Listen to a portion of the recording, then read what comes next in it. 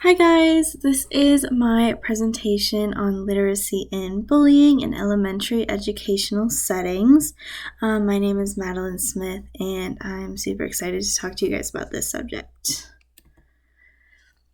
So the objectives of this presentation are we are going to try to understand the modern definition of literacy and its relevance to the issue of bullying in elementary educational settings. We will be exploring ways to prevent and combat bullying in schools, along with resources to mitigate the issue and handle difficult situations. So starting out, what exactly is literacy? So literacy is not just the ability to read and write. It goes a lot deeper than that. Literacy nowadays is the ability to understand and interact with the world around us, utilizing knowledge and resources to intellectually contribute to society. Some examples of this are generating informed opinions, making informed decisions, engaging in meaningful debates, and considering important societal issues and offering thoughtful solutions to those. So we really need to have this literacy so that we can provide to our society and make a difference.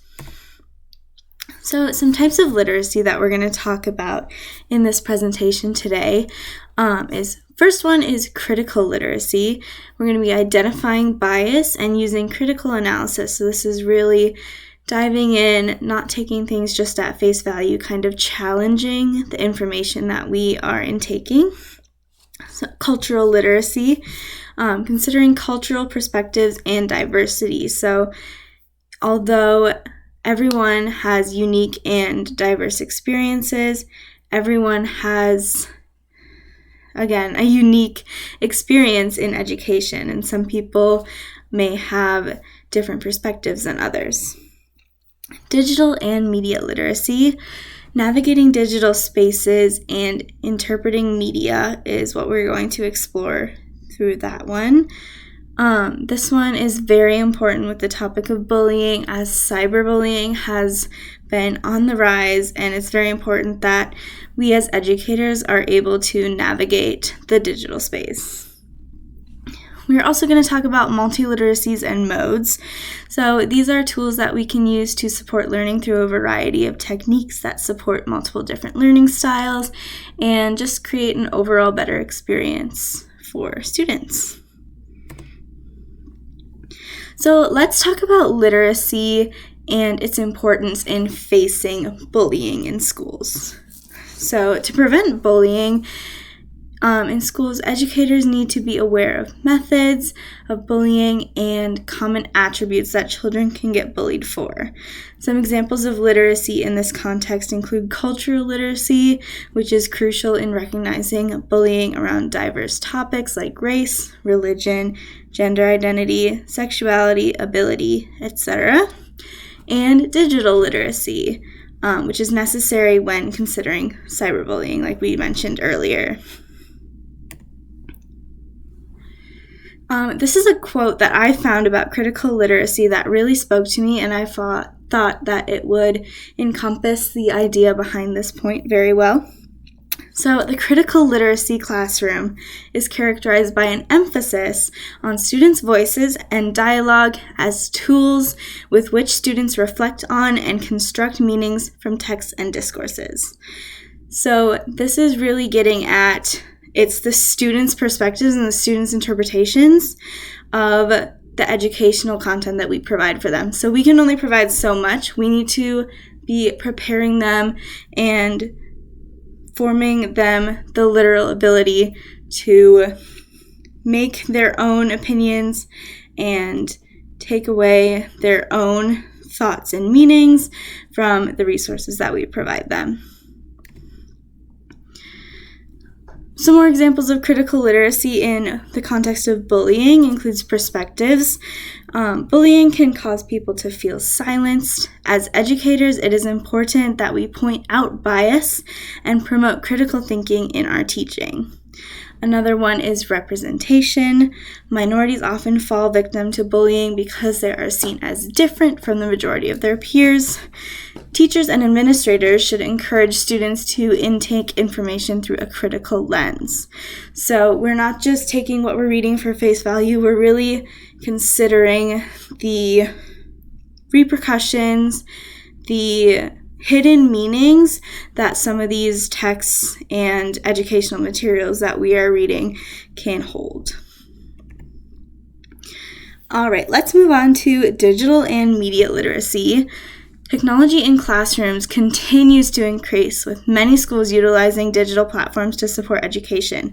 Many examples of this is Chromebooks in classrooms, using online learning support interfaces like Moodle or Google Classroom to hold the main hub of that class. Students have grown up with the internet and have found new ways to inflict hurt on their peers, known as cyberbullying. So again, cyberbullying is a huge problem in the modern world. And students now, especially younger elementary students, all they know is the internet. They have had the internet their whole life, so they really know their way around this stuff. And some older people may not be able to navigate those interfaces as well. So digital and media literacy is huge for teachers and administrators to become literate in the digital space in order to identify and combat cyberbullying. Social media has played a huge role in bullying and the prevalence of cyberbullying. The speed and distance that social media provides between users makes it easier for people to say hurtful things and ignoring the weight the words have. So again, since the social media sort of provides this mask for students and people to hide behind, it makes it a lot easier for them to not really feel bad for inflicting hurt upon to other people. These can be difficult scenarios for educators to navigate because they often don't happen inside the classroom, but can sometimes be more severe and harmful than in-person bullying. So we've seen that a lot of these cases can lead to things like suicide, school shootings, a lot of really, really dangerous consequences. Not that these are the only cause of these things, but there's been lots of evidence of this in the past few years, and just because we don't physically see it in the classroom does not mean it's not happening and doesn't mean it's not a big issue. So it can be kind of hard for educators to navigate those scenarios because it's also such a new thing and there's not a lot of training on that. So we are going to touch on some ways that we can prevent this in the rest of this presentation. Let's take a look at cultural literacy. So a few key components of this are stereotyping. Bullying is often rooted in stereotypes. Cultural literacy and awareness of social justice issues can be beneficial in classrooms and prevent bullying in some cases. Another one is cultural background.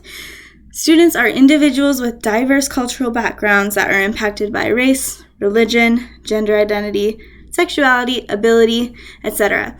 Educators must be sensitive to their unique perspectives and experiences. So we want to be inclusive and create a space where students feel welcome to be themselves, no matter what their cultural background may be. Let's take a look at the multiliteracies and modes of learning. So these are really ways that we can deliver educational content and really make sure that the experience that students are receiving is adaptable to their individual needs and learning styles. So the modes of learning are visual, audio, tactile, spatial, gestural, and linguistic. There's some graphics there to help you kind of get a better understanding of what each of these kind of look like. Some examples of the multi-mode ways of learning. One organization that has really stood out for this is Stand for the Silent. They utilize multiple modes to introduce the consequences of bullying and encourage practicing empathy and community. So they give lectures, they do simulations like we're going to talk about in a second here, really just creating a whole experience. They're not just teaching, they're creating an experience for the people who go through their program. Utilizing the arts, building connections between real-world issues and representation in dramatic contexts. These lessons can be valuable for students who may have difficulty in traditional academic settings. So really creating an outlet and sort of a visualization and just another way to kind of interpret without directly just saying this is what this is. Simulations. Many anti-bullying organizations use simulations to bring awareness to situations and contexts related to bullying. This exposes not only students to these scenarios, but also provides training for teachers and administrators. So, with these simulations, it is almost as if it's like a practice run for when the real thing happens. So it can be helpful for students to know how to react. They can ask for help if they find themselves in situations similar to this. And also for teachers and administrators in the education system to be prepared to help and really just take down the threats when they occur. This is my message to you guys. We as educators have a responsibility to make a commitment to fighting bullying in our schools. We hold the power to shape the lives of our students for the better. Literacy provides us with the tools we need to step up and make a difference. Stop bullying! All right, if you want to explore this topic a little bit further, these are some recommendations that I have for you. I highly recommend taking time to just watch and read. They've got some very powerful messages. This first one is a documentary called Bully, which talks about some real-life examples, some unfortunate events that have occurred as a result of bullying, and just kind of steps that have been taken to sort of repair those situations. Another one, this is a TED Talk by about bullying in schools. And yeah, I just highly recommend you take it out. It's very informational. And then this one is a book called Bullied: What Every Parent, Teacher, and Kid Needs to Know About Ending the Cycle of Fear. Again, really informational, great award-winning book. Highly recommend you check it out. These are my resources that I used for this project, and thank you so much.